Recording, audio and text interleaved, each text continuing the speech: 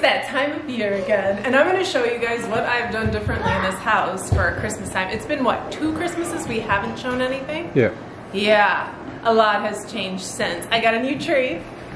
Look at this beauty. You know, I wanted the Home Depot viral tree. I was stuck on it before it was viral, and then when I finally decided to do it, I found out it was viral and it was gone. But honestly, I think that this one has topped it based on other people's reviews. So if you're also sad that you missed out, if you like a nice glowy tree, not another very strong light fixture in your house, I wouldn't get the Home Depot one. I'm not that crazy about it anymore. I'm happy I didn't do it. A lot of people were saying it's way too bright, which would make us turn it off and then we wouldn't have that magical glow all night. You know what I mean? This one has 1,000 lights. Perfect. That's a perfect amount of lights. I didn't know what was until I plugged this one in. Will you see it right now? I don't know if we'll see. Oh, it switches. It switches. I'll turn it on. I knew that. Okay, you're gonna turn it on. Okay. And it's a lot cheaper. It's a lot cheaper. Yeah, I didn't expect the price. Okay, do you see that? That is a perfect amount of lights in my opinion. I love it. I made most of my ornaments, so I got the glass ornaments from Hobby Lobby, and I turned them into these beige. Like this is a matte. I painted it, then I spray painted it with a matte spray, and then I did this flocking type of thing that's like really viral right now. I made them all. It's not done. When I get a new tree, it's hard to like know what you want to do with it. There's some things you like, some things you don't. So it's going to be refined through the years, and I'll figure out. I still have more ornaments to put on it. That is new. That is new. That is new, but I didn't finish that. Voila! I am going to put a ribbon and bell. In the kitchen, let's take a quick peek. Menards. And it was a great deal. I've never done this. This is the first time I did this year. I'm in love. I love it. I love it. And there's a bigger wreath here on the pantry door. So this is the first time I did it this year. I haven't done my coffee stand yet because hubby is looking for a new setup for me. I told him I want a beverage bar. It's a beverage bar already because my coffee, but I want to put our mini fridge under there and then adult beverage machine there. So I want to change the entire look of this, and we went with a really bold color for it. Ooh, I'm excited. So a lot has happened, as you can see, Christmas-wise. Let's go into that room, because this room has gotten a lot of change too. Same tree actually, but we've moved things around with it. I feel like it's more refined. We added mirrors, and I've less crowded it, and I like it more now this year. Look at our accent wall. I did it black. I didn't know if I wanted to do that because black just scared me, but because our house has so many windows and it's so bright, it really didn't. And it looks magical at night because we have these little lights over all the photos. I haven't figured out how I'm doing it for Christmas yet, obviously, so I have all this stuff here. I'm working on it. We're working on it. But last thing, stairs. Stairs improved a lot. These are the Hobby Lobby viral things, but I got them before they were viral. So when I went to get more, they were out and I couldn't go all the way around, so I did this side of the stairs and the other side of the stairs, but I didn't do like the landing of the stairs. Velvet bows, bells. I love it. The one we had last year, I actually put outside. It was like those cheap garland, the plastic. We should show them what the outside, yeah? So the stuff I had on the stairs, the cheap stuff, I repurposed it, I put it outside, and I even added 2 to make it a little like, you wouldn't believe how scrawny it was. So scrawny. And you added lights. Huh? You added lights. Yes, so there are lights. I put it out here and then the garage. So I repurposed it all and put it outside. No waste, ever, because I'm a DIY crafter. All right, so that's what I have up as of now. We still have the Grinch tree, which is the whole basement we gotta do. Lila's room, she wants to own the memory tree for now. So we're gonna put that in Lila's room. So let us know if they want to see that. Yeah, if you guys want to see either of those. And then, what else do I have to do? Just a couple refining things. Like I'm waiting for the bells and the bows to put on some of my, I'm doing another arch thing there too with the garland. So I'm not entirely done. And this is why I do it early, because I'll be officially done probably December 1st. And then I can just soak it all in and enjoy it for a month, right? All right. Because apparently we're going to host a white elephant. Yeah, so it's the first time in a very long time that his family has decided to get together after a tragic event. So we had to go a little extra this year and make sure everyone feels the holiday spirit. So that's going to be early before Christmas, so I needed everything done prior to that. I'm also going to do an ab workout for you guys. I will show you guys my leg day and the updated version of it because you guys have been asking about that. Thankfully, ab workouts I can do inside the house. Look at the big boy. Hi, big boy.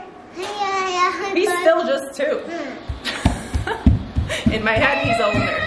He'll be 3 soon. Very soon. Let's go and do that ab workout. I had to move all my plants around for my Christmas stuff. A lot of them are upstairs in the hallway. And my closet, because it gets a lot of natural light. And I still want it to have a lot of natural light. Like, I just want to put them away for the holidays and then bring them back out. And make sure they don't suffer. So everything is strategically placed by a window or a little further away from the window if they can't handle the light. Hoping they don't fingers suffer. Crossed. Every winter they start to like look horrible, but then springtime comes and they just whoop, they're good. They're all good. All right, so we're gonna do abs. Yes. Okay, so we're gonna do my ab workout. Similar to what I've always been doing. If you have a weaker lower core, you want to do a lot of lifts, a lot of leg lifts, and that will help target the lower part of your tummy. Crunches just define the top, and which isn't bad, you know, if you want that definition up there, but if you do crunch after crunch, it's not really doing much for your lower tummy. So if you have lower tummy issues, which most women do, you want to do a lot of leg lifts and planks, and those are going to get you the results you want. However, disclaimer, you got to eat towards your goals. So you can do all the ab workouts you want, but if you're not eating towards your goals, you're not going to see the results that you want, because you got to shed fat in order to see abs. All right, so what I like to do is just start like this for a little warm up. Leg lifts. So I do that till I'm feeling good. That's starting to feel great.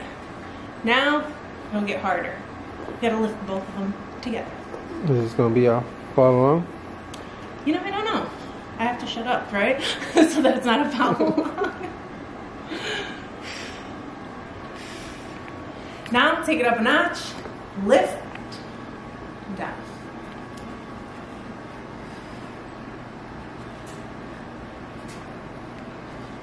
If you find that too challenging, you can also do it this way, and it's easier. The straighter your legs are, it's always going to be harder.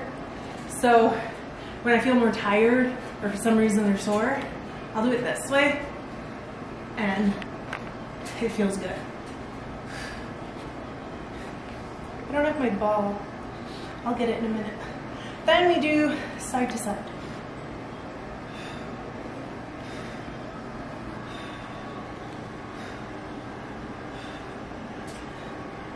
Another one I like to mimic, because I'm not in a gym and I don't have the machine that you hold yourself up, is I'll do a little twist down, twist down. And while you're doing it, try to really focus on your core. Breathe. I know I talked about this before, but if you're just doing this, you know, or even these, you can do a million. If you're not Muscle holding connection. your core tight, really thinking about it and having that mind-muscle connection. You can do hundreds of reps. That's not the goal. You don't want to be here doing hundreds of reps. So you want to focus on it. It's hard when I'm speaking to you, but breathe for every rep.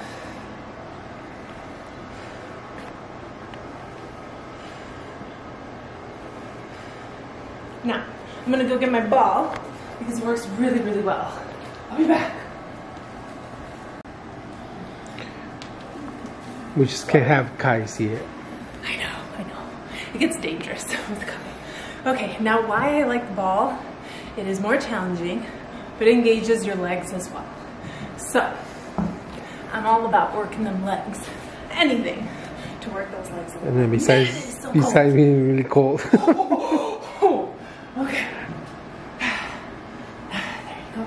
You can do them like this. If you're a beginner, and the idea is to hold the ball. So squeeze your legs together and hold that ball.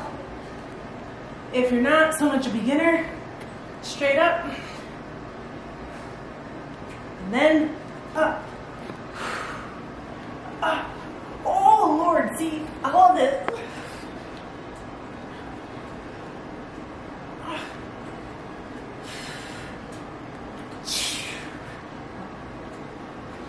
Those abs are on fire! Now I'm gonna turn around and do a plank.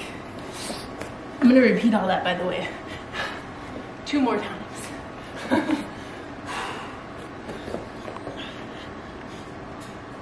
Now when you're doing a plank, it's important that you tighten your core and you focus on it. Don't overarch, don't do this, straight. Straight and tucked in a little. So your butt isn't in the air. It's tucked in. And you will feel it right away if you do it the right way. Now, we're gonna twist.